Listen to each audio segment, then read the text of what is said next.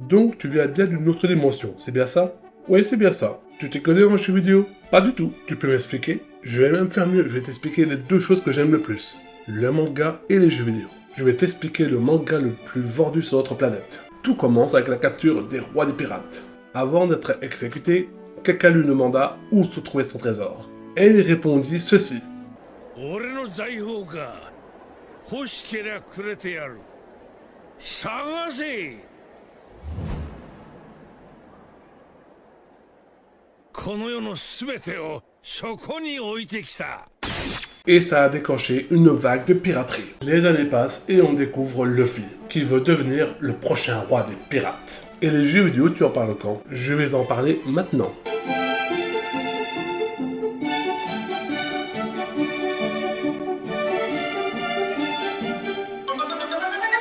Une grande aventure. Et c'est peu le dire. Une belle et grande aventure. Si vous voulez commencer, j'ai qu'une chose à vous dire, bonne chance. Le manga n'est pas mauvais, loin de là, mais il est extrêmement long, plus de 1000 épisodes. Et pendant que j'écris cet épisode, le manga n'est même pas encore fini. Et un truc très fort du manga, c'est qu'il est toujours cohérent dans son univers. Même quand il y a des trucs bizarres, il sera toujours cohérent dans leur univers. Et c'est ça la force de One Piece. Malgré la longueur du manga, il est toujours cohérent. Et pourtant, il a eu énormément de mal à se faire connaître en Europe, malgré ses qualités. Et comme toute l'histoire de shonen qui commence avec les jeux vidéo, ça va être un combat. Bien, maintenant, on va commencer avec la PS1, avec One Piece Grand Battle. Le jeu n'est pas un jeu de baston à Street Fighter, mais plutôt à Smash Bros. Et comme dans un Smash Bros, on a le droit à des objets. Je pense que vous voyez, mais le jeu n'est pas aussi nerveux qu'un Smash Bros. Mais ce n'est pas grave, car le jeu a plein de détails qui fait référence à l'anime. Car dans le jeu, on a droit à des attaques spéciales qui fait référence à l'anime. Et chaque personnage a droit à son boss final. Et pour la fin, on a droit à une image. Mais on a aussi le droit de débloquer un personnage. Et si vous pensez qu'il y a 10 personnages en tout, eh ben vous vous trompez lourdement. Aussi lourdement que mon humour. Il a plus de 16 personnages, et pour un premier jeu, c'est pas mal du tout. Ils ont même mis un personnage DB qui est Pandaman. Le jeu a une droit à une suite, mais uniquement au Japon. En gros.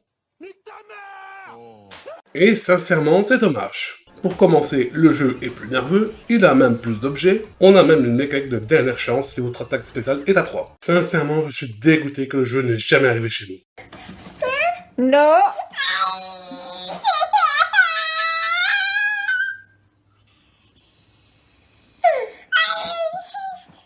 No. Bon, il y a quand même un défaut que j'ai relevé. Smoker, il faut jamais le combattre car il est totalement fumé. À chaque fois que je le combats, il me pète la rondelle. Et maintenant, on va parler des jeux Game Boy Advance. Mais pas le style que j'aurais parié.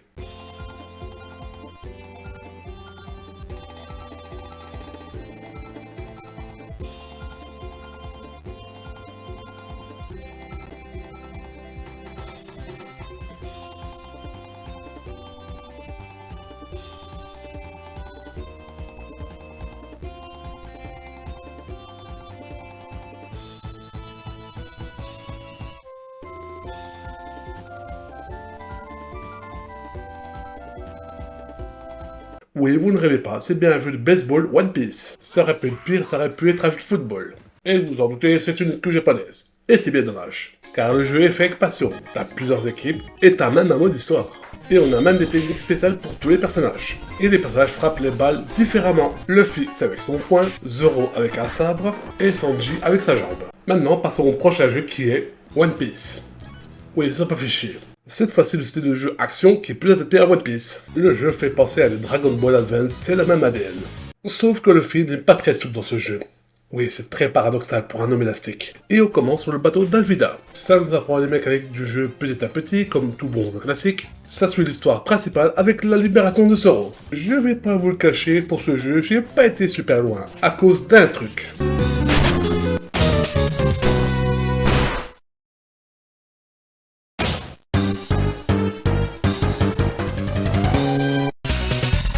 Quand t'as un game over, tu dois tout recommencer avec des niveaux qui durent plus de 20 minutes. Du coup, j'ai dit nope. Bon, si vous connaissez ma chaîne depuis le début, vous savez que j'aime énormément les jeux de baston. Et le prochain jeu, j'étais impatient de le faire. Mais quelle erreur. Sincèrement, ce jeu, même en essayant de le jouer correctement, j'ai l'impression de jouer avec ma main cassée. Et il n'y a pas que ça qui est cassé. Le casting du jeu est ridicule, à peine 13 personnages. C'est pas comme si que l'univers de One Piece était immense, hein. Le jeu a des couleurs ternes, les personnages sont ultra flottants, le jeu est tout simplement une coquille vide. Et comme tout bon jeu vide, il n'a pas de cinématique de fin. Le jeu ne fait même plus semblant. Après le jeu combat pourri, on a le jeu de plateforme, et c'est le seul jeu de plateforme One Piece. L'histoire, si j'ai bien compris, car on l'a jamais eu en Europe celui-là, il a une île avec plein de ballons qui puent le piège à 10 km et ils y vont. Luffy, je comprends qu'il va droit dans le piège, mais les autres, ils ont eu quoi? Une patte de cerveau? On commence avec Luffy et Zoro, car les autres se sont fait capturer. Apparemment, leur panne de cerveau a duré plus longtemps que prévu. Le but du jeu, c'est de retrouver tout l'équipage qui a été éparpillé sur toute l'île. Et bien évidemment, tous les ennemis des chapeaux de paille sont sur l'île, sinon ce n'est pas drôle. Et je fais pas aller par 4 chemins, niveau plateforme, c'est pas du Mario Bros.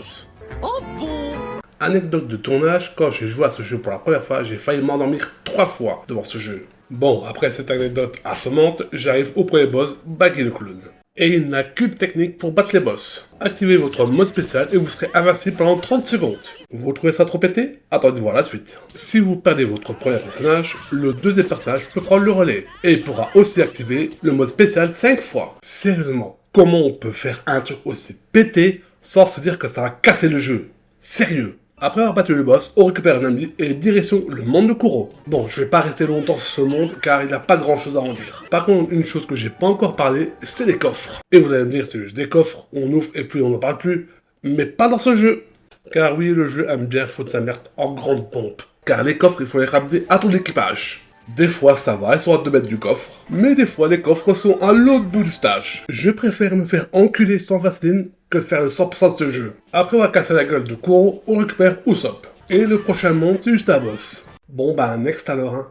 Et direction Arlong Park. Bon, les niveaux c'est forcément avec de l'eau, forcément c'est des zones poissons. Et encore heureux qu'il n'y a pas des stages entièrement dans l'eau, sinon j'aurais canné. Il a un stage où l'eau baisse, mais ça va, c'est pas trop méchant. Par contre, le monde d'après, vous allez le détester. Déjà, c'est un monde de glace, forcément ça glisse, mais ce n'est rien comparé à l'horreur des pièges. L'horreur, c'est quand un stage te fait tout monter en haut et les pièges te fait tomber pour que tu aies le plaisir de tout remonter. Et croyez-moi, après ce stage, j'ai passé tous les autres stages comme ça. Et le pire, c'est que ça marche pour tous les stages. Bon, le dernier monde, c'est le monde de Skypiea, et putain que c'est chiant. Et en plus, c'est en 2 parties, pour plus d'emmerdement, pour mon plus grand plaisir. Après ce dernier monde, on arrive au boss final. Et comme pour tous les boss, on active le mode F1. Pas étonnant que le jeu n'est jamais arrivé chez nous. Dites-vous que ce jeu est sorti en 2004. Et en jeu de plateforme en 2001, on avait ça. Embark on an epic journey in a mystical world unlike our own. A world in search of new heroes. Heroes that stand fast in the face of evil. I was right behind you, Jack! Really? I was. A new legacy is born. Ready for everyone. Bring 'em on!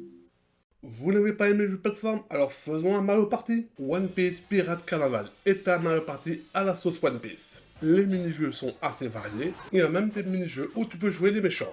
Par contre, ce genre de jeu, ça se fait surtout en multi. Car en solo, le jeu, il est juste chiant. Mais je doute pas qu'en multi, avec des amis, le jeu est bien meilleur. Bon, vous vous souvenez du jeu PS1? Eh ben, ils ont fait un 3e sur la PS2. Le jeu se passe pendant l'arc Skypiea. Et encore une fois, le jeu n'est jamais arrivé chez nous. Car faut pas oublier que One Piece était pas aussi populaire qu'un Dragon Ball à cette époque. Dans la nouveauté, le jeu est passé à la 3D. Mais les soucis aussi sont passés à la 3D. Le nombre de fois où la caméra m'a gêné pendant ma partie. Le jeu n'est pas vraiment mauvais, mais il a très peu de changements. Le seul changement entre le 2 et le 3, c'est la 3D. Prochain jeu, One Piece Grand Battle. Attendez, quoi? Ah non, apparemment c'est pas une erreur. Par contre, il y a bien une erreur qui s'est glissée dans le jeu, et c'est ça.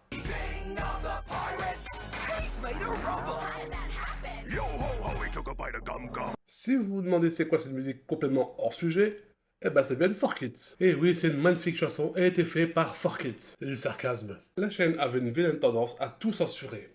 Et à la fin, ça devenait n'importe quoi. Et si vous voulez plus d'infos, je vous conseille la vidéo sur Crazy Bomb World, sur les censures sur One Piece. Encore une fois, c'est un jeu de combat, de la même veine que le 3e, qui n'est pas une suite de ce jeu. Je sais, c'est compliqué. Et si vous regardez bien, certains personnages ont des noms complètement différents. Et oui, on a le droit qu'à la version américaine. Par contre, le jeu est très similaire au 3, sans les soucis de caméra, et bien plus de personnages différents. Le jeu corrige tous les défauts qu'il y avait dans le 3e. Cette fois, on va passer à One Piece Grande Aventure. Et sincèrement, c'est le meilleur jeu de la PS2 sur One Piece. Et pourtant, vu d'œil, on dirait pas qu'il y ait des changements. Niveau gameplay, ça change pas des masses, et pourtant, il est bien plus plaisant. L'emballage du jeu est bien mieux présenté, et bien mieux mis en place. Le jeu a même des parties où il faut combattre à plusieurs. On peut même avoir des objets à collectionner pour gagner plus d'expérience. Car oui, le jeu a un petit côté RPG, et comme dans le manga, on va construire son équipage. La première recrue, ce sera Nami, un de tel pour recruter un bon cassage de bouche pour la convaincre. Et le prochain, ce sera Zoro. Je ressens comme une profonde douleur. Comme tout bon jeu de combat qui se respecte, on a droit aussi à des attaques ultimes. Il a des combats bien compliqués aussi, surtout si tu choisis Usopp.